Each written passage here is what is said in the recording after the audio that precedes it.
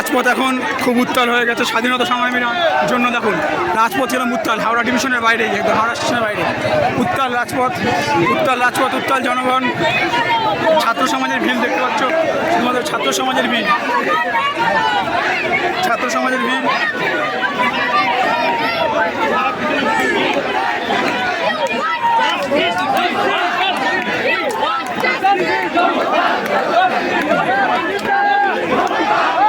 এই ছাত্র সমাজ থেমে থাকবে না। এই ছাত্র সমাজ তার উপযুক্ত জবাব দেবেই, স্বাধীনতা ছিনিয়ে নেবেই। তাদের নিজের ব্যক্তিগত স্বাধীনতা ভেবে যারা ভুল ভাবছে, সেই স্বাধীনতা তারা মেনে নেবে না। জাস্টিস তো দিতেই হবে।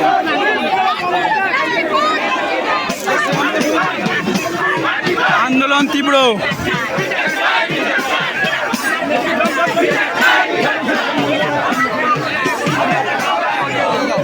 তীব্রমুখী আন্দোলন।